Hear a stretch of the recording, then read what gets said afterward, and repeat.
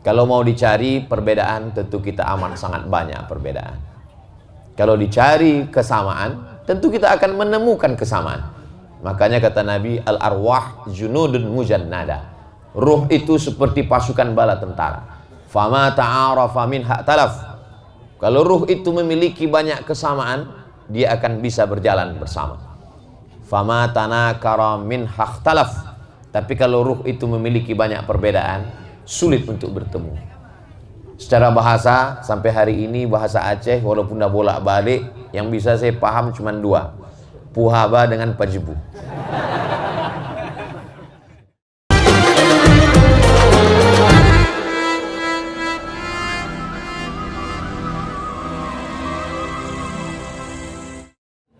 Bismillahirrahmanirrahim. Assalamualaikum warahmatullahi wabarakatuh.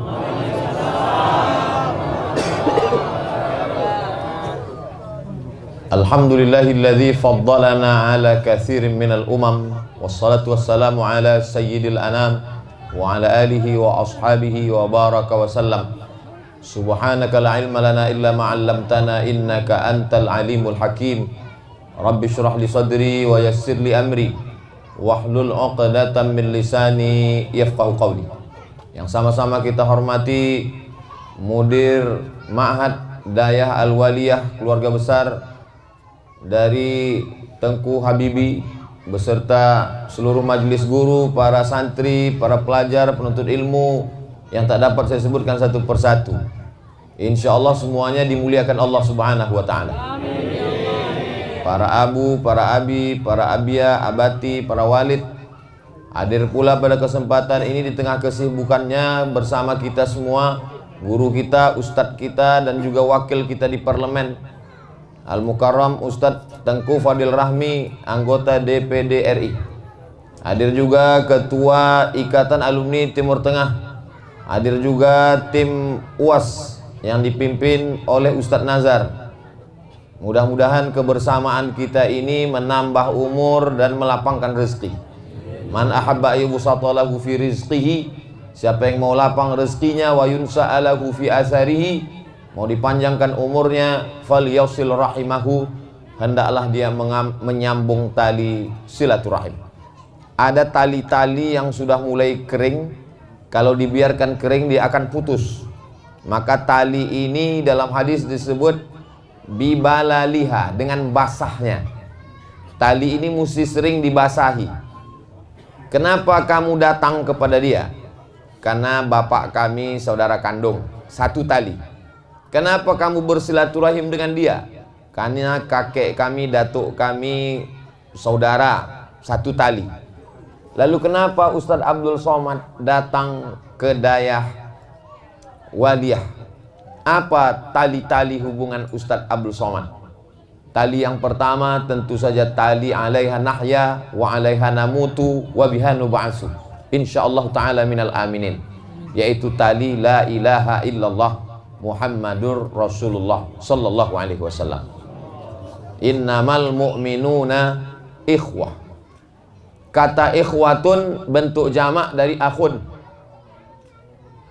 Fa in tabu wa aqamus shalah, kalau mereka orang-orang kafir musyrik itu masuk Islam, pelaku dosa itu bertaubat dan mereka mendirikan salat, fa ikhwanukum fiddin, mereka menjadi ikhwan, saudara kamu. Ada kalanya akhun itu disebutkan jamaknya dalam bentuk ikhwan. Tapi dalam ayat ini innamal mu'minuna ikhwatun, ikhwah. Apa beda ikhwan dengan ikhwah? Ketika menggunakan kata ikhwah, fa in kana lahu ikhwatun fali ummihis sudus. Kalau saudara yang meninggal itu punya saudara kandung, maka ibu mendapat 1/6. Arti ikhwatun di situ saudara kandung. Wa jaa ikhwatu Yusuf fadakhalu alaih, maka datanglah saudara Yusuf. Itu semuanya saudara kandung, anak Yakub semuanya. Jadi kalau hanya sekedar bersaudara karena Islam, itu disebut dengan ikhwan. Tapi kalau bersaudara kandung, maka disebut dengan ikhwah. Tapi dalam satu ayat ini mestinya innamal mu'minuna ikhwan, Tapi Allah mengatakan innamal mu'minuna ikhwatun. Kalau kamu beriman, maka kamu seperti saudara kandung. Makanya semua hadis menyebut, tidak mengatakan tetanggamu, tapi menyebut saudaramu. La yu'minu ahadukum, kamu tidak beriman, hatta yuhibba li akhihi, sampai engkau sayang kepada saudaramu. Tengku Habibi mau datang ke Pekanbaru Riau, dan rumah saya jauh dari kota, namanya Rimbo Panjang. Datang beliau mau bersilaturahim, tentulah beliau memperlakukan saya sebagai saudara. Jadi kedatangan saya kemari, man ahsana ilaikum, siapa yang berbuat baik kepada kamu, fakafi'uhu, balaslah. Fa illam tajidu, kalau kamu tak sanggup membalas, fad'u lahu. Kedatangan saya ini tak sanggup membalas kedatangan Tengku beserta rombongan beberapa bulan yang lalu. Mudah-mudahan persaudaraan kita ini bersaudara di Nangro Aceh Darussalam, bersaudara pula di surga bersama Rasulullah SAW. Itu ikatan pertama yang mesti selalu kita basahi tali-tali ini supaya tidak kering dan putus di tengah jalan.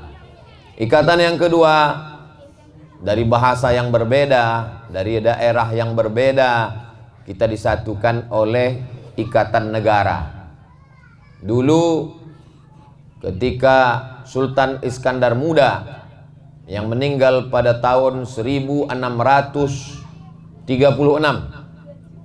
pergilah dia menjumpai Sultan Kerajaan Melayu Melaka. Sebelum sampai ke Malaka, dia melihat ada sebuah tanah yang cekung berisi air. Orang Melayu menyebutnya tanjung. Dan di tanjung itu ada tanah yang berbalai-balai, maka orang menyebutnya Tanjung Balai. Di situ dia disambut oleh Raja Simalungun, disambut pula oleh satu kerajaan bernama Kerajaan Pinang Awan, yang sekarang sudah berubah menjadi Kota Pinang, sebelum Bagan Batu, perbatasan Sumatera Utara dengan Riau. Lalu kemudian dinikahkanlah dia dengan anak dari Sultan Pinang Awan. Nama anak perempuan itu Siti Ungu Selendang Bulan. Menikah Siti Ungu Selendang Bulan, lahirlah seorang anak laki-laki. Anak laki-laki itu bernama Abdul Jalil. Itulah Sultan pertama Kerajaan Melayu Asahan yang berdiri pada tahun 1630, 6 tahun sebelum Sultan Iskandar Muda meninggal. Secara kenegaraan ada ikatan. Saya lahir di Kabupaten Asahan. Secara ikatan sebelum Indonesia, sebelum menyatu menjadi negara, disebut dengan Indonesia. Indo artinya India, Nesia artinya pulau-pulau. Nama itu diberikan oleh Belanda. Orang Belanda menyebut ada pulau-pulau di balik India, maka disebut dengan Indonesia. 300 tahun sebelum itu kita sudah punya hubungan secara kenegaraan. Sampai akhirnya Sultan yang terakhir bernama Sultan Saibun menggabungkan diri dengan Indonesia setelah Indonesia merdeka. Jadi ikatan yang pertama adalah ikatan la ilaha illallah Muhammad Rasulullah. Ikatan kedua adalah ikatan sebagai kesultanan, kenegerian, kerajaan, sampailah hari ini. Ikatan yang ketiga, kita tahu bahwa Tengku anak dari seorang ulama besar, yang pertama kali orang di Asia Tenggara ini mendapatkan gelar doktor dari Al-Azhar dalam bidang usul fiqh. Dan beliau adalah seorang Azhari. Kata Syekh Ali Jum'ah, man huwal Azhari? Siapa itu Azhari? Kata Syekh Ali Jum'ah menjawab, Asy'ariyul aqidah. Aqidahnya Asy'ari. At-tamadhub bi ahadil madzahibil arba'ah. Fikihnya bermazhab dengan salah satu mazhab. Apakah mazhab Abu Hanifah, apakah Imam Malik bin Anas, apakah Imam Muhammad bin Idris Asy-Syafi'i, atau Imam Ahmad bin Hambal. Dan kita berpegang kepada Imam Muhammad bin Idris Asy-Syafi'i. Yang ketiga as-suluk. Suluknya adalah at-tasawuf as-sunni, bukan falsafi. Dia mengikut kepada yang dituliskan oleh Imam Junaid al-Baghdadi, yang dibukukan secara sistematis oleh Imam Abu Hamid al-Ghazali, dalam kitab Ihya Ulumuddin. Itulah Azhari. Maka yang datang-datang ini adalah kami bermanhaj Azhari, sama dengan almarhum Profesor Al-Allamah Ad-Doktor Muhibbuddin Wali bin Syekh Mudawali, yang merupakan usul dari keluarga besar Ma'had Al-Waliyah. Maka kedatangan kami menyambung lagi, mengikatkan tali yang ketiga. Semakin banyak tali-tali itu diikatkan, semakin kuat pula lah hubungan kita. Karena di beberapa tempat masih banyak juga orang yang meragukan apa sebetulnya manhaj Abdul Somad itu. Di salah satu daerah saya tidak diterima, tidak diberikan tauliyah. Tak boleh sebut nama daerahnya, menjaga kode etik jurnalistik. Karena dianggap agak berbau-bau Wahabi. Padahal Al-Azhar itu adalah Asy'ariyul aqidah, bermazhab dan bertasawuf. Maka ikatan kami, kalau Ustaz Abdul Somad mengatakan sama Ustadz dengan Al-Allamah Profesor Syekh Muhibbuddin Wali, ya kami sama-sama Azhari. Cuman bedanya beliau sampai S3, kalau kami sampai LC saja. Setelah itu, tapi paling tidak, mudah-mudahan almar'u ma'aman ahab, orang akan sama dengan siapa yang dia cintai. Hadir yang selesai sampai S3 bersama kita Al-Mukarram Dr. Amri Fatmi. Mudah-mudahan anak-anak cucu kita ke depan tetap istiqomah berpegang dengan manhaj ini insyaallah. Ikatan yang keempat, bahwa Profesor Syekh Muhibbuddin Wali, usul dari keluarga besar Al-Waliyah, adalah anak kandung dari Syekh Muhammad Wali, Syekh Mudawali. Dan mereka pengamal tarekat, bukan hanya sekedar pengamal, sampai kepada mursyid tarekat Naqsyabandiyah. Lalu kemudian beliau mengambil talqin dari Syekh Abdul Ghani Al-Kampari. Syekh Abdul Ghani Al-Kampari melewati beberapa mursyid, sampailah kepada Syekh Sulaiman Zuhdi di Jabal Abi Qubais. Syekh Sulaiman Zuhdi mengambil dari Syekh Sulaiman Al-Qarimi. Syekh Sulaiman Al-Qarimi mengambil bai'at talqin dari Syekh Abdullah Afandi. Syekh Abdullah Afandi mengambil dari Syekh Khalid Al-Baghdadi Al-Kurdi. Maka disebut tarekat itu dengan tarekat Naqsyabandiyah Al-Khalidiyah. Mengapa dia disebut dengan Naqsyabandiyah? Nisbatan ila Syekh Bahauddin An-Naqsyabandi. Kenapa disebut dengan Khalidiyah? Dinisbatkan kepada Syekh Diyauddin Khalid Al-Kurdi Al-Baghdadi. Dan saya pengamal tarekat Naqsyabandiyah.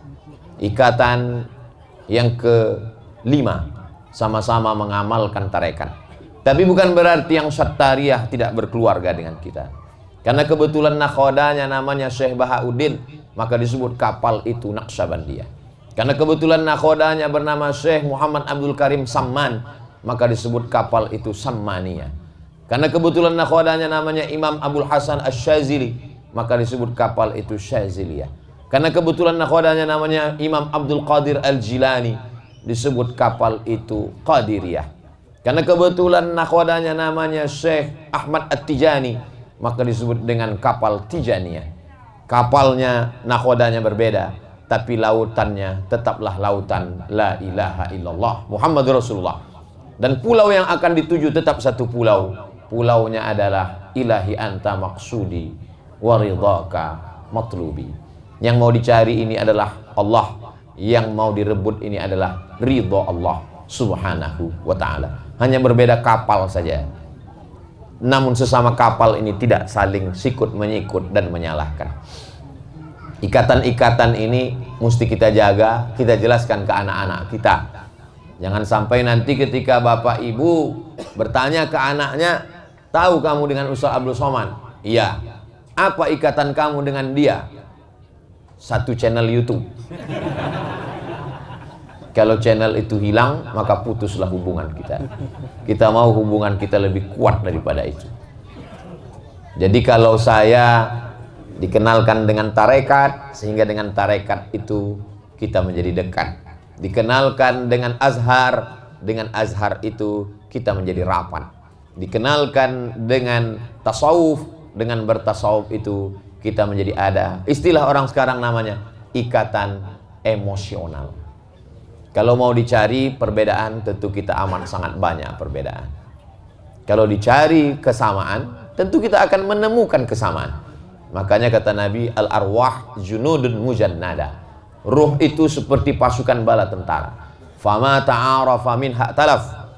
Kalau ruh itu memiliki banyak kesamaan, dia akan bisa berjalan bersama. Fama tanakara minha ikhtalaf. Tapi kalau ruh itu memiliki banyak perbedaan, sulit untuk bertemu. Secara bahasa, sampai hari ini bahasa Aceh walaupun dah bolak-balik, yang bisa saya paham cuma dua, Puhaba dengan Pajebu. Tapi alhamdulillah ada banyak titik-titik persamaan, dan kesamaan itulah yang mau kita cari. Jadi kita ajarkan ke anak kita bahwa ini tarekat Naqsabandiyah, bahwa ini bertasawuf Sunni, bahwa ini berakidah Asy'ari, bahwa ini bermazhab Syafi'i, bahwa kita berada dalam lautan la ilaha illallah Muhammad Rasulullah, bahwa kita punya sejarah sebelum datang Belanda, bahwa kita punya sejarah setelah Belanda pulang. Maka itu yang akan menguatkan hati kita. Selebihnya adalah usaha. Selebih dari usaha itu, fa idza azamta, kalau kau sudah azam, fatawakkal 'ala Allah, bertawakkallah kepada Allah Subhanahu wa taala. Saya berharap dengan kenal, dengan saling mengunjungi, dengan menautkan hati dengan Tengku Habibi, maka mudah-mudahan anak cucu saya di masa akan datang menyambung silaturahim. Mereka duduk bersama, mereka mengirimkan Al-Fatihah. Kita tak ingin hanya kita saja yang menjalin silaturahim. Ketika nanti anak-anak saya menelusuri kemana saja ayah saya dulu, di mana saja dia dulu datang berjalan, waktu dia pergi, rupanya salah satu yang dikunjunginya adalah Dayah Al-Waliyah. Datang dia kemari, dijumpainya santri-santri, dijumpainya para abu, para abi, para abati, para walid. Tersambung silaturahim, terkirim, teringat mereka dengan kita, dikirimkannya doa. Itulah yang mau kita harapkan di masa akan datang. Apalah yang mau kita harapkan dari hidup ini? Hidup ini istazalla tahta syajaratin, seperti orang musafir kepanasan bernaung sekejap di bawah pohon yang rindang sementara matahari redup. Setelah matahari redup, dia pun akan berlari. Dan kebetulan matahari sudah redup, tak lama lagi kita pun berlari. Itulah hidup. Syekh Muhammad Wali sudah melewati pokok kayu itu. Redup, beliau pun pergi. Al-Allamah Profesor Syekh Muhibbuddin Wali pun sudah melewati pokok kayu itu. Ditengoknya redup, dia pun pergi. Sekarang kita sedang berada di bawah pokok kayu itu. Pun tak lama lagi kita akan pergi. Mereka meninggalkan sesuatu yang luar biasa. Ustadz Abdul Somad dulu di sini orang kalau malam tahun baru maksiat mabuk, kata Pak Wali Kota Langsa. Tapi alhamdulillah setelah kami buat majelis zikir di sini, yang mabuk-mabuk malu untuk mabuk, akhirnya malam tahun baru kami berzikir di sini. Siapa yang pertama kali buat zikir di kota ini? Pak Wali. Yang pertama kali kami undang mimpin zikir adalah Sayyidi Syekh Profesor Muhibbuddin Wali. Datang saya ke Batam, yang selalu memberikan pengajian ke Masjid Agung ini Ustaz Somad dulu kami undang adalah Syekh Muhibbuddin Wali. Beliau meninggalkan Syarah Hikam Ibni Athaillah As-Sakandari. Beliau tidak hanya sekedar di kampus, tidak hanya sekedar di parlemen, semua lini dakwah itu beliau isi. Beliau sudah meninggalkan sesuatu sejarah untuk anak-anak muda di masa akan datang. Sekarang tinggal lagi yang kita pikirkan, kalau kita mati apa yang kita tinggalkan. Alhamdulillah kawan-kawan, sahabat-sahabat meninggalkan sesuatu. Ustadz Tengku Fadil Rahmi meninggalkan sesuatu, sehingga kalau saya ceramah ke pesantren, anak-anak pesantren bisa menjadi anggota DPD, menjadi senator, walaupun baru satu periode. Ada sesuatu yang kita tinggalkan. Kalau kata orang barat, man make story. Manusia bisa membuat sejarah. Agaknya bukan tausiah, bukan ceramah, hanya sekedar ungkapan dari seorang Al-Fakir Abdul Somad. Kalau ada yang bertanya-tanya apa hubungan Ustadz Abdul Somad dengan Tengku Habibi, karena kami lihat fotonya di mana-mana. Nah, itulah jawabannya. Ibu kalau ditanya nanti, itulah jawabannya. Kalau bisa jawab, ceritakan. Kalau tak bisa, putarkan aja video ini. Terima kasih yang tak terhingga buat keluarga besar Dayah Al-Waliyah, terutama Sayyidi Syekh Tengku Habibi beserta keluarga besar. Allah membalas kebaikan ini. Mudah-mudahan kebersamaan kita ini kebersamaan yang diridhai Allah Subhanahu wa taala. Bersama karena harta akan binasa, bersama karena kuasa akan sirna, bersama karena nama besar akan hilang, bersama karena Allah itulah yang kekal abadi hingga ke surga bersama Rasulullah sallallahu alaihi wasallam. Itu yang dapat Al-Fakir sampaikan. Terima kasih, jazakumullah khairan. A'tadzir ala kulli taksir. Wassalamualaikum warahmatullahi wabarakatuh.